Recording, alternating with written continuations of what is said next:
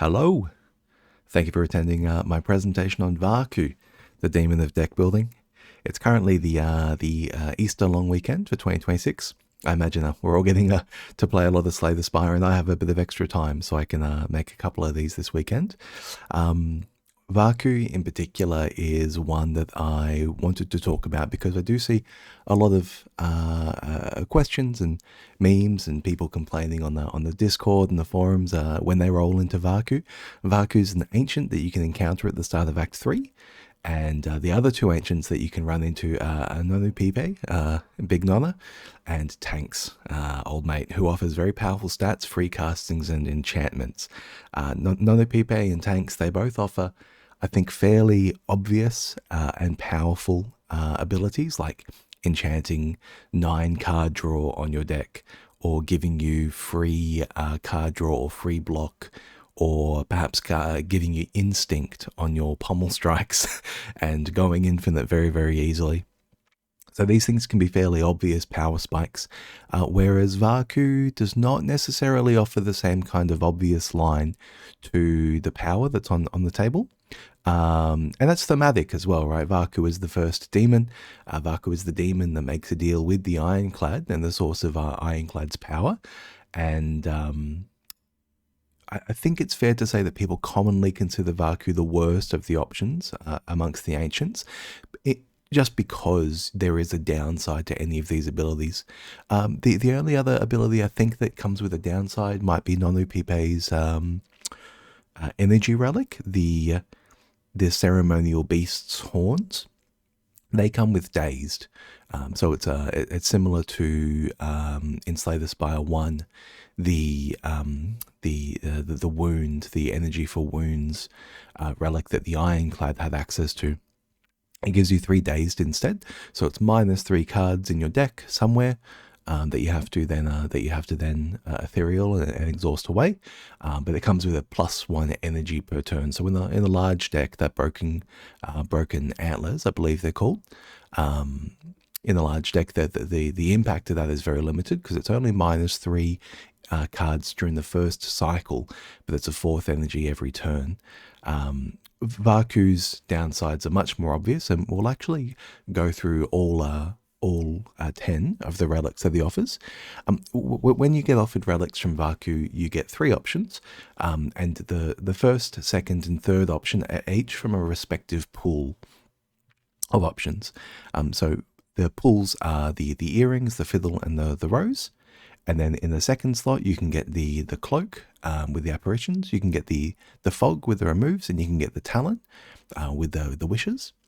And in the bottom, you can get the 4 very, very odd relics: the parasol, which lets you buy out the shops; the jeweled mask, which lets you play out powers; the music box, which lets you double your attacks; and the paradox, which gives you a discovery. And so maybe one way to think about it, and I'm sure you could put any 3 relics together, and I could play a little bit of connections with them and name the category that they're from. And the way that they're arranged at the moment is that the top option is a pool of relics for raw resources. By resources, I mean cards and energy. The second option is a pool for refining decks, like with the cape and with the fog and with the talon. It's for making an already good deck more refined. And then the bottom option is for expanding decks with the parasol and the jeweled mask, giving you a lot of options on how to play decks out and letting you take a lot more card rewards. So maybe another way to look at it is, this is if you're already happy with this is if you're unhappy with your output. This one is if you're already happy with your deck, and this one is if you're unhappy with your deck. And we'll go over some heuristics in the summary, but let's talk about each of these relics individually.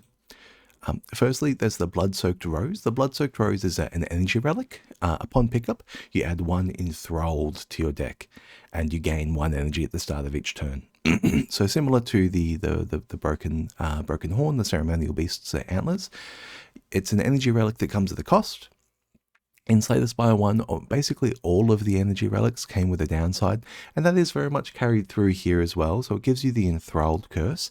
It's a 2-cost curse, and if it's in your hand, it must be played before other cards, and it has Eternal. So there's no getting rid of it. You can't excise the downside. Anytime you draw this card, you're going to have to pay 2 energy to get rid of it. So maybe one way to think about it immediately is like, well, if I add this to my deck, I have 4 energy turns all the time, except if I draw the Enthralled, in which case I have a 2 energy turn. How can I avoid drawing the Enthralled? Immediately, you can just add more cards to your deck. If you have more cards in your deck, you'll draw Enthralled less often. You have to draw Enthralled once every cycle, though. So as the games go long, you're going to draw Enthralled more. Well, you can avoid playing Enthralled more if you end fights faster. Maybe 4 energy helps you end fights faster. You can avoid playing card draw, and we'll see this on the fiddle as well. Vaku can punish people for playing acrobatics and prepared and skim, and Enthralled does the same. If you play a lot of card draw, you will draw Enthralled more often. That said, though, one of the things about Enthralled is that if you are currently resolving a card already, if you're already playing an effect that lets you discard like acrobatics, if you draw Enthralled with the acrobatics, you can just discard it. So maybe it's not actually punishing acrobatics. Maybe you add more acrobatics and more prepareds to your deck and not less, so that you can draw and discard the Enthralled before drawing it natively with the start of your turn. One of the most obvious ways to respond to Enthralled is with the Eye, Pale's Eye. I think I've mentioned Pale's Eye in all of these presentations so far. I think it probably is one of the strongest relics in the game. Certainly one of my favorites. It lets you take the turn off, exhaust your entire hand, and draw a new hand. And if you draw that Enthralled, then you're opening 5, or you're opening 6, or with your bag of preparation opening 7. You just skip the turn, exhaust the whole hand. Enthralled, you're not going to draw it again. It actually just, like, if you can go Pale's Eye into Blood-Soaked Rose, you just don't have any downside, to be honest. Your Eye is cancelling the Enthralled. Maybe there's a few random removes there. It's not a big deal. The Doorkeeper is doing that to you already, right? So you should be able to handle random removes.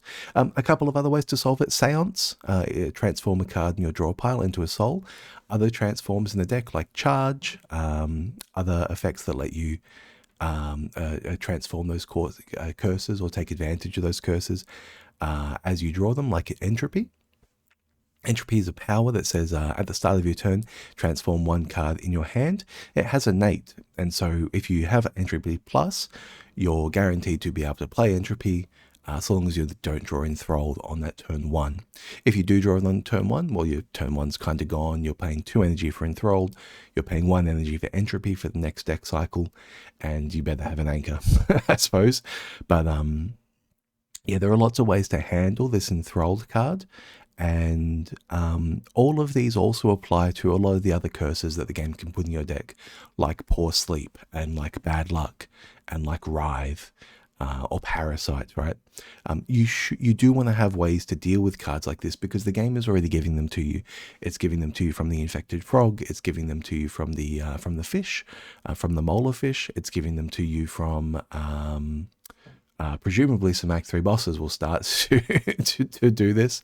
Against the Queen. The Queen's the closest at the moment, where if you don't play your bound cards, they're still bound later, and so I've been trying to remove those, or I've been devaluing those and removing them as I go through.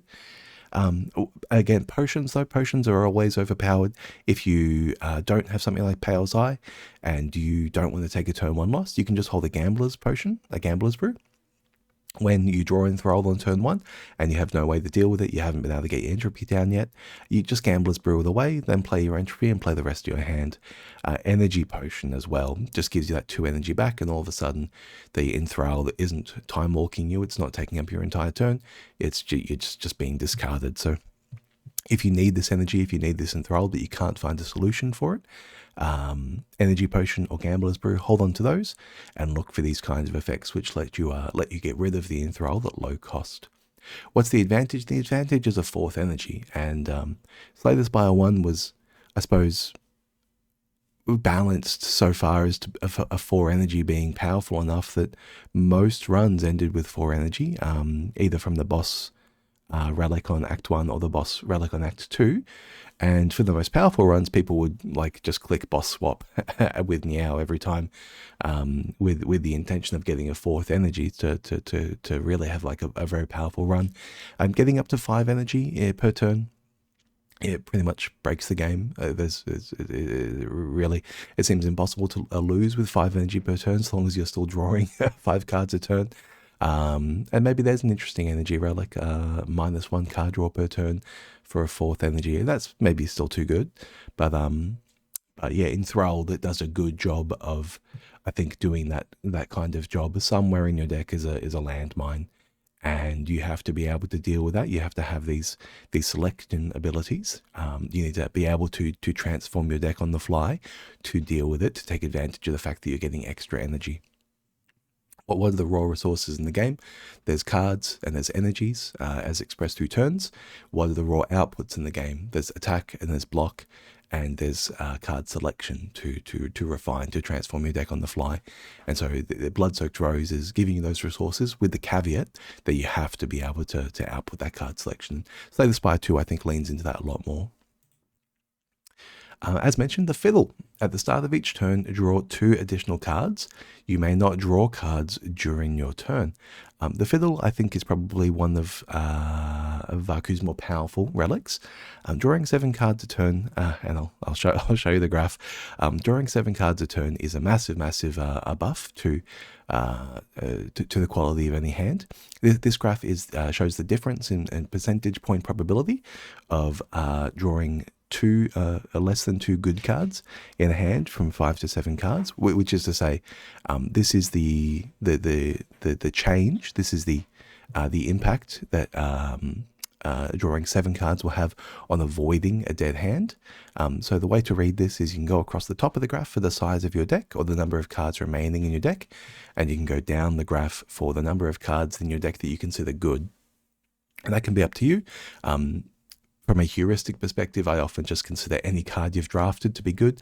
But you might consider a power to be similar to a curse in the hallway fight that doesn't require any scaling. Or you've got your actual curses and you've got your basic strikes. So when you transform to a 7-card hand from a 5-card hand, you can see pretty much across the board that there's between a 24 or 23 to 25 percentage point change, I suppose, most of the time. Which is to say that if you were to draw a dead hand, you are now drawing 1 fewer dead hand per 4 hands. So anytime you would be drawing a dead hand, by adding those 2 extra cards, that hand is no longer dead 3 out of 4 times. So it makes you significantly more resilient to those dead hands. If you already, it's difficult to cognitize, I think about probabilities in terms of percentage points, because people like to think in terms of doubling or halving or 3 times as often or 6 times as often or something like that. Whereas this is a percentage point shift, which is processed in terms of rates in an additive fashion. And so we're like adding non-comparable fractions. But yeah, say for example, you already had a fairly decent deck and you had maybe a 10% chance to draw a dead hand. 1 in every 10 hands was dead. By shifting, from 10, for example, down to, from 16 down to 2%, any one of those 10 hands, 3/4 of those dead hands are gone. And so you shift from 1 in 10 hands being dead to 1 in 40 hands being dead. So sometimes it's going to reduce the number of dead hands you draw by a factor of 4. Sometimes it's going to reduce the number of dead hands you draw by a factor of 12. If you want to think about it multiplicatively. But the point is, when we're talking about additive percentage points, these swings are absolutely huge. This is the power of the Silent. The Silent gets those 7 hands per turn, 7 cards per turn. And maybe one way to think about the fiddle is that every one of your hands includes a master of strategy, or every one of your hands is a battle tranced hand, or every one of your hands is an overclocked hand. These are the ways that you can get to seven cards typically, and that fiddle doesn't even cancel cards like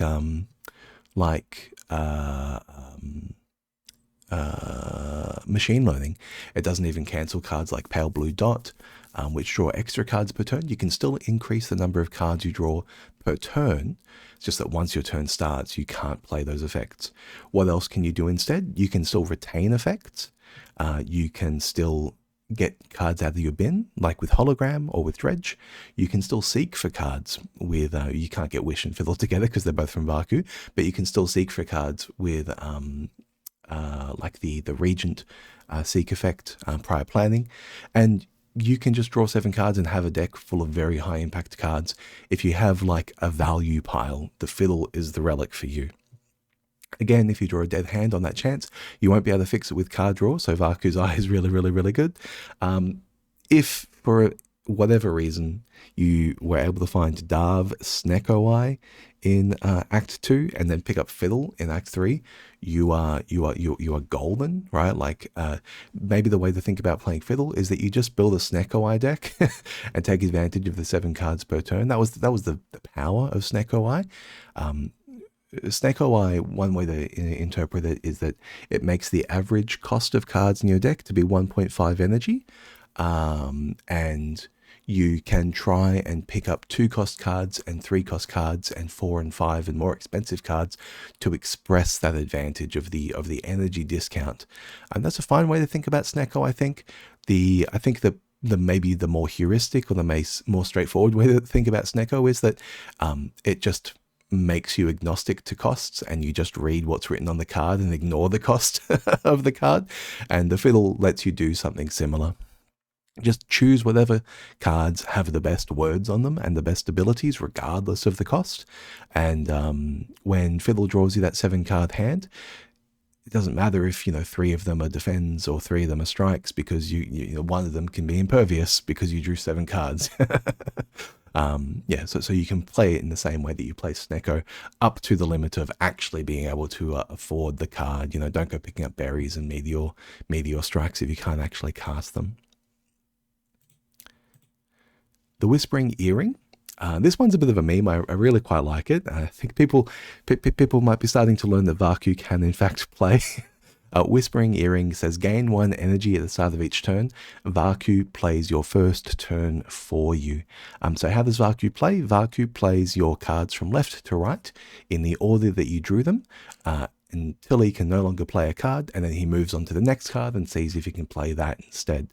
He can do some pretty miraculous things, like he can play Discovery into Hyper Beam in your Frost Focus deck and just brick you. That was very funny. When I saw it happen on the Job stream the other day. He can just play the Gambit and then not block for the rest of it and just let you die. He can draw your Echo Form and exhaust it for you. He can spend all of your energy on strikes.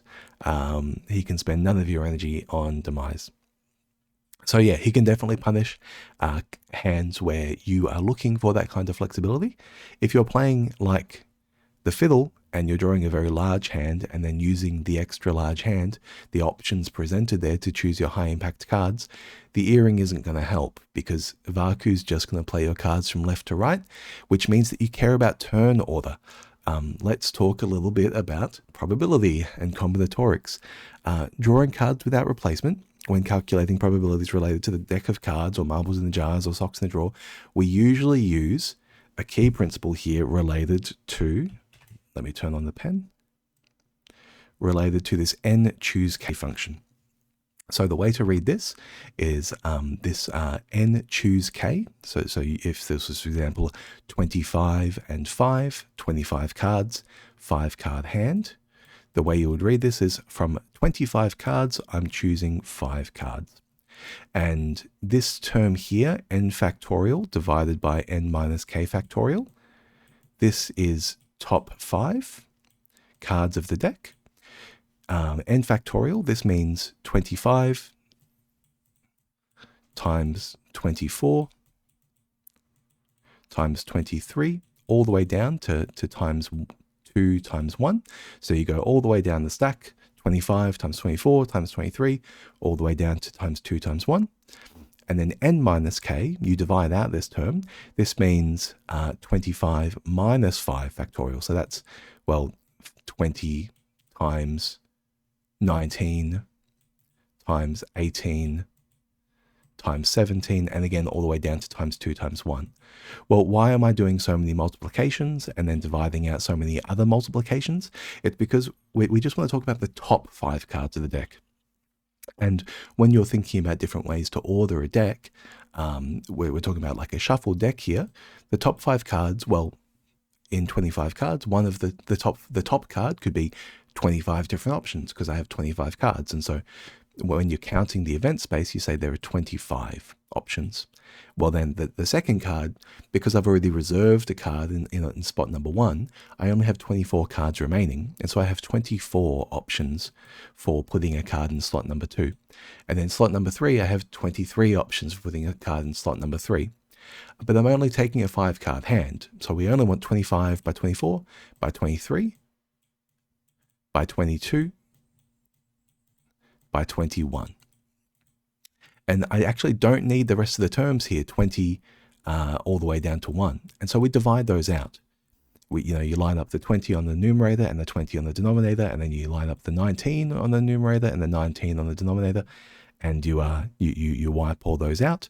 And that's how you can say, well, this is the number of ways to draw a 5-card hand. Or this is the number of ways the top 5 cards of my deck can be ordered more specifically. Now, for a 5-card hand, normally we don't care about the order in which we draw the cards, because when we draw a hand of cards, we can shuffle the hand, we can play whichever cards we choose to play. And so this K term here, this is the number of cards in our hand, and the number of ways we can order it. And why do we divide out the number of ways that we can order it? Because each of those ways that we can draw a hand is agnostic to each other. So we actually don't want to count them all. I don't actually care which order that package of 5 cards on top of my deck is. So it doesn't matter to me that there are 120 different ways to order these 5 cards. And it doesn't matter to me that there are 120 ways to order the next 5 and the next 5. And so what I'm actually doing is I'm actually just seeing how to arrange these packets. All I care about is how these packets of 5 are arranged. And so that's why you divide out this K factorial term, because it doesn't matter what order my hand is. However, and this is how it's related to Vaku and these earrings. However, when you take the earrings, Vaku plays your hands from left to right. So he does actually care about order. And all of a sudden, this K factorial, which made you agnostic to the order of your hand, is gone. It changes all of your probabilities. It makes fundamentally thinking about like deck and probabilistic like deck building gone. So you basically just need to give yourself the best hand in order every single time. And one of the ways to do that is to say, hey, I'm just going to take risky cards out of my deck. If this card relies on me choosing to play it or not, I'm just not going to put it in my deck. Gamble, get rid of it. Echo form, it's got ethereal. It wants me to play it, and I'm very badly punished if I can't. Can I give it innate? Maybe something like that. Maybe I can put it right at the top of my deck. Maybe I can use perfect fit to put a card right on top of my deck. So every time Vaku draws it, he plays it straight away because he just plays from left to right. The royal stamp is absolutely the way to get through earring here. So cards with innate will always be played. And it's one of the things that makes Royal Stamp, I think, really strong, the option to take Whispering Earring in the final act. Royal Stamp kind of turns one of your cards effectively into a relic. It's just always there. You always have it on turn 1. You always retain it through, and until you play it, until you get that effect and need to redraw it, it's just always there available to you. So if you take Royal Stamp on the card like your Echo form, well, now Vaku is going to actually play it, or put a Royal Stamp on your demise and get rid of all those strikes. So if you have removes, and if you have innate on cards that you want to play, Whispering Earrings It's very, very, very watered down in terms of its disadvantage. And you get to express all of that power of a fourth energy, which is extremely, extremely good. What else can you chuck to Vaku? You can give him cards like White Noise. White Noise is a card that you're actually agnostic about the way you play it. That there's very few circumstances where player skill is expressed through a card like White Noise, right? It's always 0 cost, so you can basically always play it down. It gives you a random power, so you get no agency there.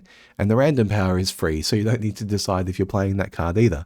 So it doesn't matter if, if a bot is playing White Noise, a bot plays White Noise basically with the same skill expression as Thompson, right? As Faker, as Jobs. It doesn't matter. So cards that have no skill expression are good to feed Vaku as well, because Vaku kind of just plays his cards from left to right. Cards like Sealed Throne or Call of the Void, which you can build your deck around and have innate as a way to build your deck around, will always be fine to give Vaku. If you're playing turn 1 all the time in the same way, just let Vaku play turn 1 for you. And I am really looking forward to like a game mode where Vaku is like playing with you co-op. and it turns Slay the Spire into an auto battler, and every turn there's a Vaku turn. I think I probably won't play very much of that, but I think it would be a great game mode to have in there as like a daily climb or something. Maybe it can be like a daily climb modifier, Whispering Earrings, or maybe like an upgraded Whispering Earrings where every turn is a Whispering Earring turn, and you have to pilot the daily climb as an auto battler from left to right. That would be brilliant. Other ways through, of course, Anchor gives you that block, so if Vaku doesn't play any block, at least you have some. Lantern, giving Vaku more resources, assuming you haven't put cards like Gambit in your deck, giving Vaku more resources to play out the cards makes him more likely to play your Echo Form. Especially if it doesn't have innate, and cards with the ethereal, especially if you've built your deck around them, not being able to like hologram them back later and play them when Vaku doesn't play them is of course very, very bad. It's going to limit the power expression of your deck, especially in like those hard boss fights. And so having something like a Lantern just to give him that extra oomph. Maybe if your deck order is like Strike Echo Form and or Strike Defend Echo Form, having Lantern to go up to 5 energy, he'll play the Strike, he'll play the Echo Form, the Defender, and now he'll play the Echo Form. So it gives you a bit of resilience. Echo Form no longer needs to be in the top 2 cards. Now it can be in the top 3 cards. And that's a massive increase in the number of cards that Echo Form can be, right? And the number of ways you can draw Echo Form. Just get the stamp, though. Just get the stamp. When Vaku plays your turn, he stops and it gives the reins back to you. And actually, if you use an energy potion or like a radiant tincture or something afterwards, you will actually still have control to play the rest of the turn. So an energy potion can let you like finish a turn 1 and play down the power that Vaku didn't play if there's a really important power in your deck, like an accuracy or a Child of the Stars. Maybe Whispering Earring is a bit worse on Regent, because Regent does have those 2 resources to balance, and like Vaku is not going to try and balance those resources at all, and Regent already has a lot of ways to try and express card selection because balancing resources is difficult, and so taking away that agency in card selection is probably the worst thing you can do for the Regent, when so many tools are about balancing those resources of stars and energy. So maybe don't take Whispering Earring on the Regent unless you are like pretty keen, pretty sure about what the deck's doing, like with the Sealed Throne, right? Like if you get the Sealed Throne, well, all of a sudden, again, you're getting a star back, and you no longer have to consider balancing those resources, so it's totally fine.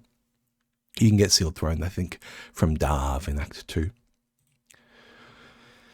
Moving on, the Distinguished Cape. Upon pickup, lose 9 max HP and add 3 Apparitions to your deck. Apparition was a card in Slay the Spire 1. It was an Act 2 event that you could see. The Geists, the Ghosts, the Apparitions with half your HP and give you 3 Apparition cards. Now, Apparition, I think it's fair to say, trivialized a lot of runs. I think it's fair to say that Apparitions, like picking up Apparitions in Act 2 when you were below half HP, and using them to trivialize the rest of the game was fairly common. Especially if you have Toxic Egg. If you have Toxic Egg, when you receive the apparitions, they come in upgraded, and when they're upgraded, they lose this ethereal tag. And so, like, a fairly common win like arrangement was to get Runic Pyramid at the end of Act 1, and then take apparitions and then just upgrade them all. And that way you're always holding like Time Walk effects in hand. These are Time Walks. They're similar to, similar to Pale's Eye, or similar to Impervious Plus, or similar to any of these other effects, which let you just trivialize the whole turn and move on. Apparition lets you stack that intangibility. And I suppose, for anyone that doesn't know, actually, intangible says attacks can only deal you 1 damage this turn. So it means that you can only take 1 damage per hit. The maximum amount of damage you could take in Slay the Spire 1 when you were intangible was 15, because the heart comes at you with a 15, an X15 attack. And so when you had apparition, it was 1 by 15. You can stack intangible, so it's not like a one and done situation. Each instance of intangible is an extra turn of intangibility, so duplicating it with duplication potion, or giving it replay with transfigure, or stacking it up with burst are great ways to take advantage of this. You just get extra turns of 0 damage. Now the bosses aren't always going to attack you, and maybe one of the ways that the apparition is downgraded in Slay the Spire 2 is that the Mecha Knight attacks you once every 4 turns, right? So you're going to have to play apparition 4 times to block one of his attacks. But a lot of the other fights in the game will just attack you every turn. And so that way, when you draw apparition, you can take the rest of the turn off. It solves all of your block for 1 energy, especially if you have Orichalcum. You don't even need to play like a finesse or anything for that extra little chip of block. And it's also much cheaper. Slay the Spire 1, that costs you half your max HP, whereas here it's only 9. And 9 is not going to be game breaking, I don't think, most of the time. Another card which makes apparitions absolutely brilliant is the Burning Sticks. Burning Sticks is a shop relic. I believe it replaces the Spoon from Slay the Spire 1, which gave you a 50% chance to not exhaust any card that had exhaust. Burning Sticks just says, the first skill you play that with exhaust each combat, just put it back in your hand. And so if you draw apparition with it, you can just play apparition twice and have next turn solved as well. Any of these effects to stack it up are brilliant. Apparitions themselves are actually enough, to be honest. Apparitions themselves just let you focus all of your deck on damage, especially in a small deck where you can reliably draw apparition on turn 1, 2, and 3. You only need the 3 apparitions to end a fight for turn 3. And if you, for example, have a deck built around Assassinate, and built around Finishing Strike and big damage, apparitions will completely solve that for you, and you'll no longer be taking that chip damage as you try and get the turn 2 or turn 3 kill. Now the Preserved Fog, this one's really, really, really good. Upon pickup, remove 5 cards from your deck and add a Folly to your deck. Now this has been rebalanced in the beta. In the beta it says remove 3 cards from your deck and add 1 Folly to your deck, which actually makes it half as good, I suppose, in terms of removing one of the empty cages from the equation. That said, every removal is better than the last. So the ability to remove 5 cards and add a Folly is absolutely absurd. I've taken it every time I've seen it, and always just gone infinite since then. I mean, the capacity to remove strikes and defense from your deck doesn't just improve your average hand. By removing and bringing yourself down to like 4 basics or 3 basics, it actually makes it impossible to draw a bad hand. Which is why, you always hear this heuristic: every removal is better than the last. There is a point where you can no longer draw a dead hand if you get enough removals, regardless of the size of your deck. And you don't need to go infinite to make that happen. You don't need to be going infinite to make it impossible for you to lose. If every single one of your turns is a high quality turn, and it's literally by pigeonhole principle, I don't have enough strikes and defends to put into each of my hand slots. Impossible to draw a dead hand. You've just got it solved. Unplayable and innate and eternal. The innate on folly here reduces your initial hand size by 1 by giving you the folly on top. It's not the worst thing in the world. In my previous video on retain, I kind of showed you that graph where, like, did I include it here? I did not. Wish is coming up next, but in my previous video on retain, I showed you a graph of what -1 card does to your hand. Say, for example, if you take folly, or say, for example, if you take brain rot or mind rot from the or mind goblin from the from the knowledge demon, and what she does to your effective hands quality after that. But it's completely counterweighted by the 5 removals, more than completely counterweighted by the 5 removals. Because those 5 removes are enough for you to literally no longer care about hand quality, because again, it is impossible to have a bad hand. There's a point where you start recategorizing like unupgraded unupgraded draft picks as like the bad cards to consider like what your worst hand can be. Yeah, and this is Empty Cage. Empty Cage is a boss relic from Slay the Spire 1. It is carried through on Darv on Slay the Spire 2.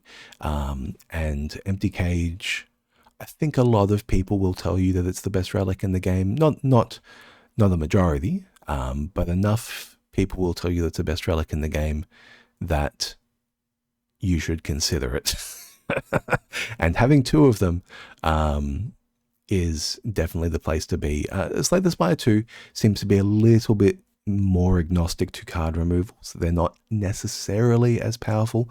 I would like to see some end game bosses scale a bit harder, so as to make card removes a little bit better and make improving your deck a little bit better, because at the moment you just don't need to take your deck nearly as far.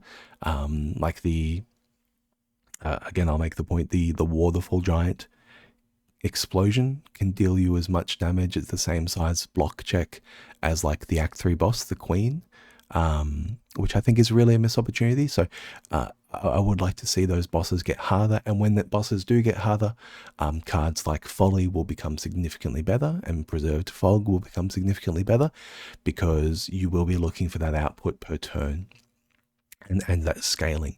And every time you don't draw a strike, and you do draw a Gather Stars, or you do draw a Shrug It Off, you know, you're that much closer to solving those turns.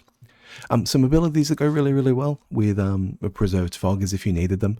If you can get the Darkstone Periapt from the trash, the trash event, I believe, in Act 1 and Act 2, I believe you pay some damage, and you pay an opportunity cost of 100 gold in a card to get an old school relic. It can include Darkstone Periapt. It can also include like Dreamcatcher and a couple of other good ones. These are very niche effects, but they are powerful if you get them. Resting is better in Slay the Spire 1, Slay the Spire 2, so like Dreamcatcher can be quite good. So I enjoy clicking on the trash pile, and if you do get Darkstone Periapt, cards like Folly have a lot more advantage because max HP is better as well. This one is the Funerary Mask. It's on the Necrobinder. It puts 3 souls into your deck at the start of combat. And maybe it's one of the ways to look at -1 hand size on turn 1 and the innate on Folly and counter that. You have a lot of other ways already, right? You have Toolbox, you have Cube, you have Ring of the Snake, you have Bag of Preparation, you have any of your other innate cards to counter like a bad turn 1 hand. Innate really reshapes turn 1. Compared to like every other turn in the game, and so if you can like make innate happen at all, or retain, innate's kind of like retain for turn 1 is maybe the way to think about it. For the rest of the game, retain is very, very powerful, but from turn 1, innate is very powerful. And cards with retain that you would play later in the game, if you draw them on turn 1, you're kind of going down in hand size because they're lower value on average, due to the premium of having retain. And so cards with innate can help you balance that. Being innate and a curse is actually a pretty huge deal. So I think you do want to have ways to balance it out. 5 removals is what's balanced out right now, so I'm very happy recommending Preserved Fog every single time on the live version of the game. On the beta, 3 removes might not be enough. You might need to have taken a remove or taken a transform before you pick up Preserved Fog. Taking Preserved Fog with no removes and no transforms on your basics before picking up Preserved Fog might not be enough, because you will get hit by a folly, a dead hand folly. The Seer talon, or Seer talon. I think I don't know what the Seer bird is called. But I imagine it's called Seer because it lets you ordain the future with a wish. Similar to the apparitions, wishes are skills, and so if you have the toxic egg, they'll come into your deck upgraded. And similar to the folly, it'll give you curses when you pick it up, and so it goes well with Darkstone Periapt. What does it do? Upon pickup, add 2 random curses and 3 wishes to your deck. And this is the card Wish. Upgrade that gives you Retain. It's a 0-cost skill. Put a card from your draw pile into your hand and exhaust. So when you draw the Wish, it's drawing any card in your deck that you would like to draw. It's always as good as the best card that's left in your draw pile. Sometimes if you draw them a little bit later, they can go down in power because all your cards are in your graveyard and your discard pile. So like Hologram starts to look a bit better there. But typically speaking, Wish is going to be one of the most powerful cards in your deck because it's always exactly what you need to grab. And this is Burning Wish from Magic the Gathering. I suppose for any Magic the Gathering players, this is like the fact that the tutor in Slay the Spire is called Wish. And Wish in Magic the Gathering gives you a card from your sideboard, is maybe a really good indication of how you should think about deck building in Slay the Spire. Your sideboard is in your main deck, and that's why the tutor is called Wish. Because the wish board is already in there. You draw enough cards that you can just discard the wish board that you don't need. Cards like Piercing Whale. Piercing Whale here is an insert for every utility silver bullet card. Pick them up. Play with them every single turn. There's probably a card in the game that trivializes every turn from every enemy. And so if you pick up those silver bullets and pick up those utilities, Wish will let you find them all. And it really rewards big deck building.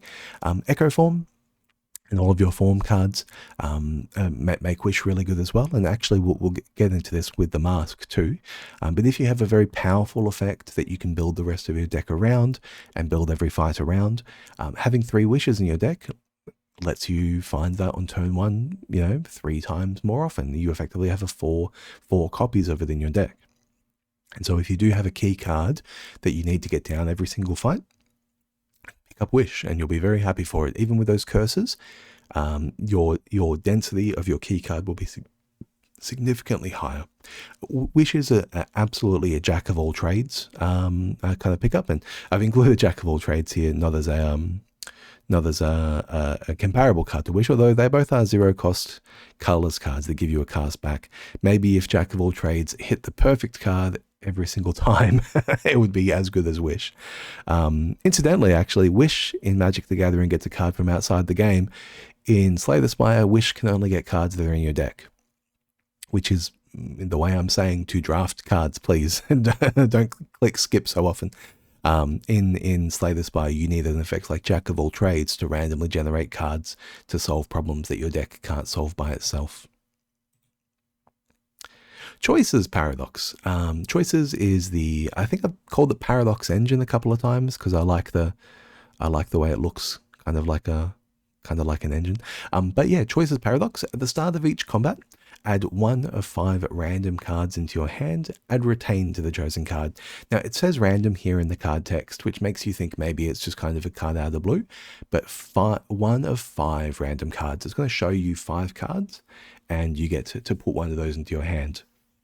One of the things to consider about seeing extra cards when evaluating cards like relics like Question Card is that when you see a 4th card that's not not repeated. Again, same with all our theory about card draw without replacement.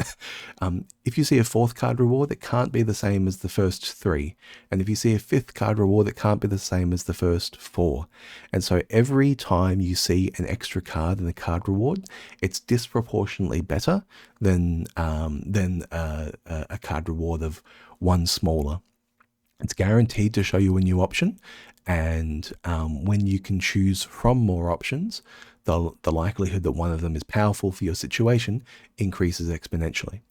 This is why the library event is very good, or why when you choose 2 of 10 or 2 of 20 cards, you can basically pick anything you want, right? It doesn't matter that it's restricted to a pool of 20. It's basically guaranteed that something in there will be good. And maybe like 17 cards would be good enough, and maybe 14 cards would be good enough, and maybe 8 cards would be good enough. And Choices Paradox is 5 cards. Usually one of those 5 cards is going to be good enough. Maybe there's like 5 cards you can construct on your character that are terribly bad, like outmaneuver. Let's say it's like the silent, and you see what outmaneuver, the rare that discards your hand for double damage next turn, serpent form, the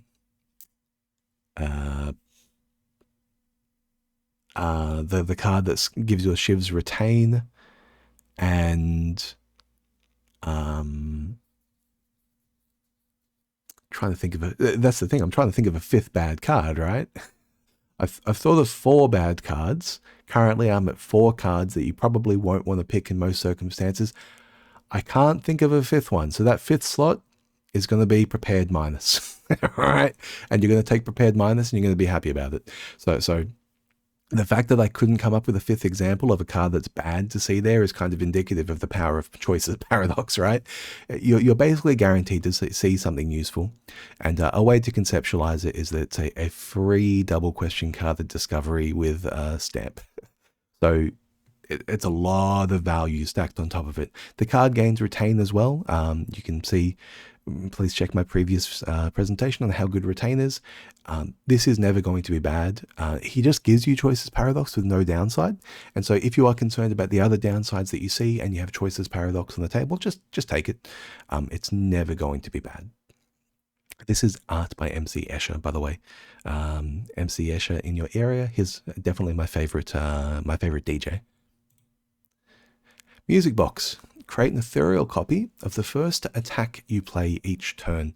There's a lot of ways to interpret this effect in your deck building. It doesn't give you a downside. The fact that it gives you copies is maybe the downside, because you can start to reach max hand size. It does give the copy ethereal though, so if you're not going to play it again, it's not as though it's bloating your deck. One of the ways to interpret this is just that every hand you will be able to play multiple attacks. So it guarantees you can have explosive high attack hands. And if you do want to play multiple attacks in a go, it means that you always can. So in terms of the ebb and the flow of Slay the Spire, you're not always going to play attacks. Often, if you do want to play attacks, you do want to play multiple of them, right? So even in a hand where you're playing like Go for the Eyes, well, if you're playing Go for the Eyes as a block just to apply weak, maybe you want to play Go for the Eyes again to weaken again. Maybe a card that you don't want to copy and play twice would be something like Follow Through. On the silent, Follow Through says if you played a skill before Follow Through, deal 6 damage to all enemies and apply weak. So you need to play like skill, follow through into weak. So you can't play skill, follow through to apply more weak. It's just a sweeping beam at that stage. So maybe that's the kind of card where you don't necessarily want to play more than one attack in a turn. Those are very few and far between though. Most of the time, if you want to play an attack, you want to play multiple of them because you have the opportunity to play attacks, and you've got block solved, or it's not a damage heavy turn. And so Music Box lets you get more advantage out of those turns where you can play attacks, and also it has no downside again. So this is in the 3rd slot with the Choices Paradox. There's no downside. What else can you do? Well, you can copy cards. Copying cards with dual wield or with juggling is really good. You can copy feed. If you have any meta scaling, like on feed, like on the hunt, like on, are they yet? I was going to say Ritual Dagger. Ritual Dagger's not in Slay the Spire 2. But yeah, you can play feed at the start of your turn, you can get a kill, and if there's another enemy, you've got that feed to play another feed and get another kill. Is there a lot to line up? Yes. Is it more max HP? Yes. And will you be trying to line up your music box feed against the against the automaton and gunner? Yes, you absolutely will be trying to do that. And you'll probably lose while you're doing it. But it'll be worth it. Other cards that are worth doubling. Anything that's free, you can just jam down. Anything that you want to exhaust, like Bombardment here. Bombardment says deal 18 damage at the start of your turn, plays from the exhaust pile. If you have Bombardment, create an ethereal copy of the first attack you play each turn. Bombardment is the first attack you play each turn because it plays at the start of your turn from its exhaust pile. It puts an ethereal copy of Bombardment in your hand. What happens at the end of turn? That copy of Bombardment gets exhausted as well. What happens next turn? You play 2 bombardments. And so if you're just laying down siege, if you have a bombardment in your deck, Music Box does a lot for you. There you go. There's a Relic card combo, which will scale your damage by 18 every turn. It's the Rolling Boulder, but for 18 instead of 5. Anything that scales with itself, like with Claw or with Punch Dagger, you're very, very happy to see. And anything, attacks that exhaust themselves as well, like if you want to play it and exhaust it, and the downside is exhausting, getting an ethereal copy back to play it again isn't even the downside, right? Because when you play the attack again, it's going to exhaust itself again. So you're just benefiting from the advantages twice. Music Box I really quite like. If you are dealing damage as your way to win, maybe one of the states of the game at the moment is that a lot of characters have non-attack paths to win, and so maybe Music Box is undervalued for that reason. You know, the defect is playing Voltaic to duplicate all of his orbs, you know, quadratically, and the Silent is playing Speedster and Acrobatics to deal AoE damage and finish off fights that way, and with the card draw poison effect. What's that called? Corrosive Wave. And the Necrobinder is building up Osti and then getting Unleash to deal like 200 damage or whatever, right? So Music Box maybe is just badly positioned in the game at the moment because players aren't dealing too much damage with attacks. Now, the Jeweled Mask. So similar to the Wish, the Jeweled Mask, it says at the start of combat, put a random power from your draw pile into your hand. It's free to play.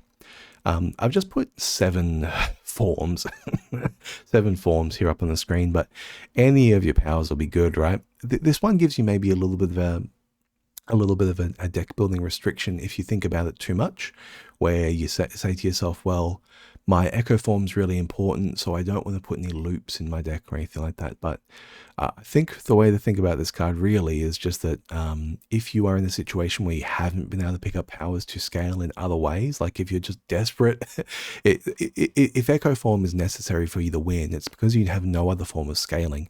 And that means that you didn't get to see other powers in Act 2 and Act 1. And so Jeweled Mask is solving that problem for you. It's saying, hey, your draft has been pretty rough. You've only been able to take a rare drop from the boss, like in 1 act. Let me give you that power buff for free. So if you already have a deck full of powers, Jeweled Mask is just pure upside. And if you only have 1 power, Jeweled Mask is solving the problem for you of not having any other powers. So either way, it's you know, a dominant strategy to play the Jeweled Mask. I don't think that you should change your draft too much. I don't think you should count the number of powers in your deck. If the other options are not great for you, just pick up the Jeweled Mask. What it's saying is, here's an Enchiridion on turn 1. Here's a free power from your deck. Let's get you ahead of the curve there. And if you happen to pick up any of these really impactful, I've included Entropy here because Entropy kind of feels like a colorless form. And Silent has 2 form cards now that Wraith Form's an ancient card. That's kind of odd, but you know, only getting a form from your Jeweled Mask is the worst case situation for your deck. Although it feels very powerful to get Echo Form from Jeweled Mask every single time, if you're warping your defect build in such a way as to never play Subroutine and to never play Buffer and to never play Electrodynamics, your deck is just way worse for it. Your run's going to be way worse for it. So don't be attracted by the monkey's paw of having one power and it always being perfect. And you reach the shop and you're like, oh, you know, I have an Echo Form and I have a subroutine. I've got no other powers. Let me remove my subroutine. I think that's the monkey's paw. I think that's bad. I think go find more powers, find Nana's Candy and pick up some extra powers on the way through. And that way Jeweled Mask is just doing you the favor of being an Enchiridion. And Lord's Parasol. Now, Lord's Parasol is the fourth relic that's in the bottom slot. One thing I want to highlight now that we're at this stage as well is that all four of those relics that are in the bottom slot don't have any downside. Maybe Lord's Parasol is the one that's closest to having a downside because maybe there is a way for the map to generate a guaranteed shop, or maybe you can go to a question mark room and have it turn into a shop, and maybe Lord's Parasol is bad for you in that circumstance if you don't want to trigger Lord's Parasol. So if you're taking Lord's Parasol to avoid the downsides of the other two because you can't handle either of them, and there's a forced elite, maybe Lord's Parasol, a forced shop, maybe Lord's Parasol becomes bad. It says whenever you encounter the merchant, immediately obtain everything he sells. And the way it does that is just like Vaku and the rest of the time, he goes from left to right. He's very he reads from top to right, top to bottom, left to right, and grabs all those cards. So a shop contains 2 attacks, 2 skills, 1 power, 2 colorless cards of any kind, 3 relics, one of which will be a shop relic, 3 potions, and a card remove. And so he'll just go through and do that. Attack, skill, power, colorless, relic, potion, card remove. So he gives you that card remove at the end of the selection. So if he puts the Gambit into your deck, you can just remove it. That's totally fine. He also just buys the potions from left to right. And so if the potions are badly ordered, maybe he didn't pick the best potion. I've picked out some relics here that synergize with Lord's Parasol, and I didn't even begin to complete the list. We have all 3 of the eggs. We have the courier, the meal ticket, the ectoplasm. Why are the eggs good? The eggs are good because they upgrade those cards, and so the cards go into your deck upgraded, which is better than unupgraded cards. That's maybe a trivial reason to pick up Lord's Parasol, but it's good enough. The courier will mean that the cards in the shop are replaced. So with Lord's Parasol and Courier, the way it works is that Vaku will do the top layer of cards, and then you'll still see the rest of the shop. The shop will be completely replenished, and you'll be able to spend the rest of your gold. One thing that happens with Lord Parasol is that you don't necessarily have a way to spend your gold unless he can't pick up potions and you want to discard and replace your potions. You can spend gold that way, or you can just take in the potion belt and the coffers, or you can spend all your potions down. You can take Reptile Trinket and you can spend all your potions down and go in and just replenish on potions. Lord's Parasol gives you a way to buy from shops if you end up with the ectoplasm from Darv on Act 2. And it just gives you another good reason to go to shops if you need to go there for the heals from Meal Ticket. If you have a higher card draw per turn, well, you can have more cards in your deck and you can still cycle through as fast. If you have Pale's Blood, adding 7 cards to your deck every shop is not necessarily a disadvantage. It's probably all advantage. Again, going back to just having a wish board and having it in there. The faster you can cycle through cards, the more cards you can have in your deck, because card draw gives you more selection. And if you need selection, if you're worried about filling your deck with too many I don't know, crash landings, right? Too many oh God, I'm trying to think of a bad card. I can't think of a bad card. They're all good to me. They're all my lovely children. But yeah, if you have more card draw, Lord's Parasol, the potential downsides of adding weak cards to your already good deck is very severely mitigated. Legend of the Five Rings, just heals you up. Absolutely, it's just like Meal Ticket.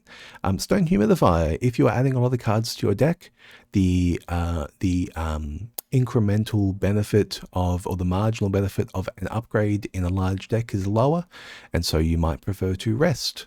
Or you might prefer to dig with a shovel, or you might prefer to lift with a Giria.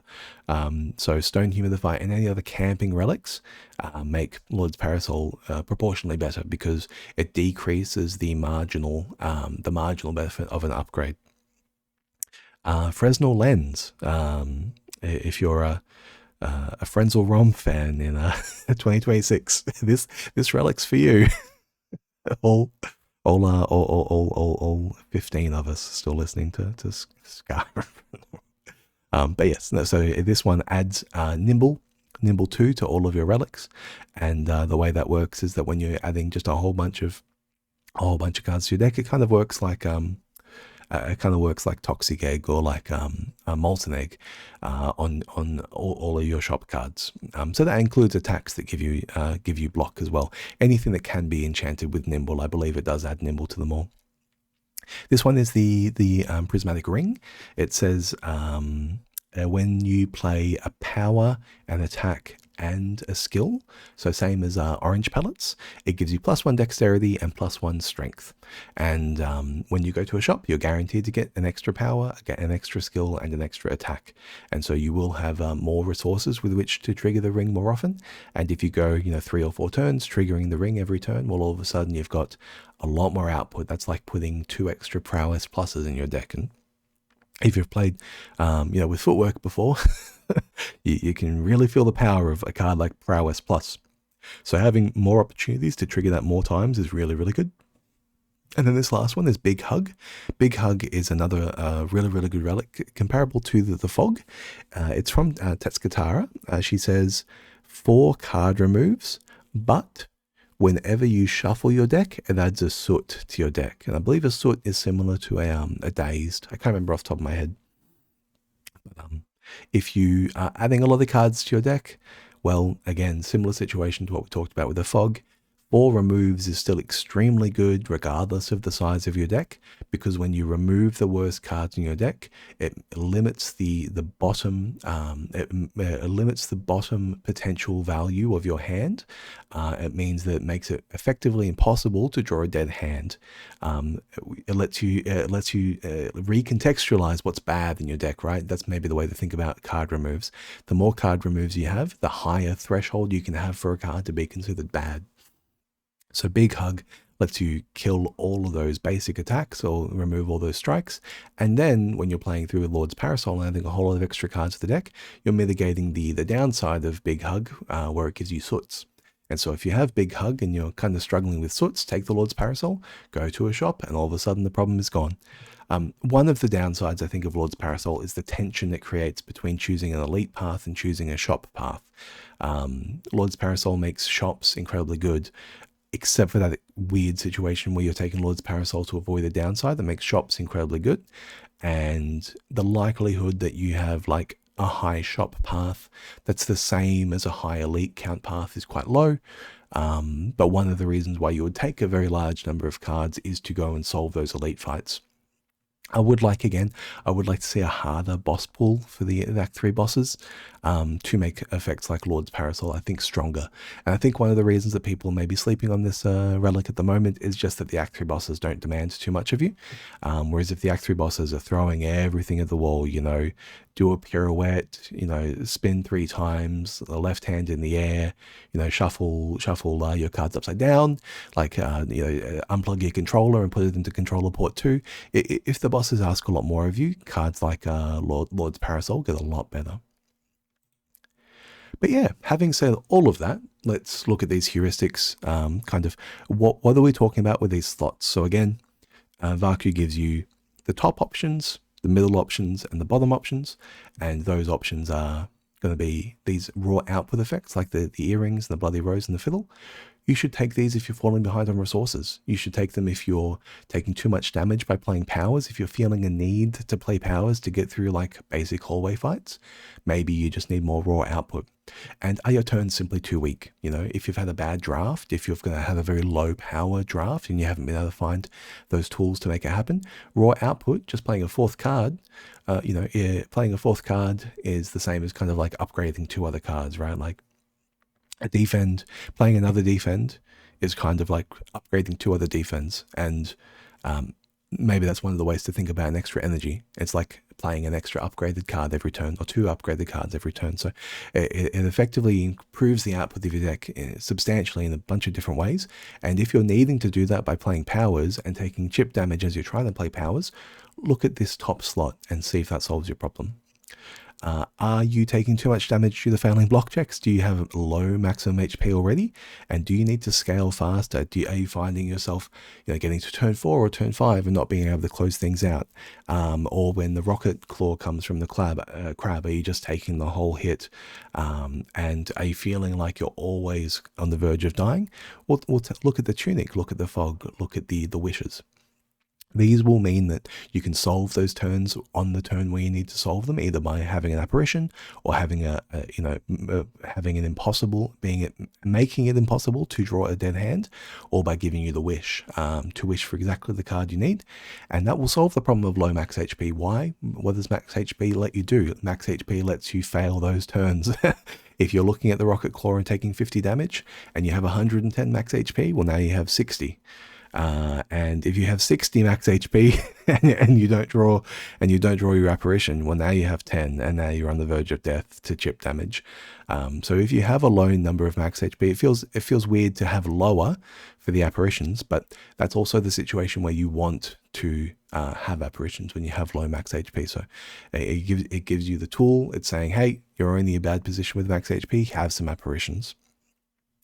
The wish will solve those for you by letting you tutor up, your piercing whale, or letting you tutor up the silver bullet to solve that turn.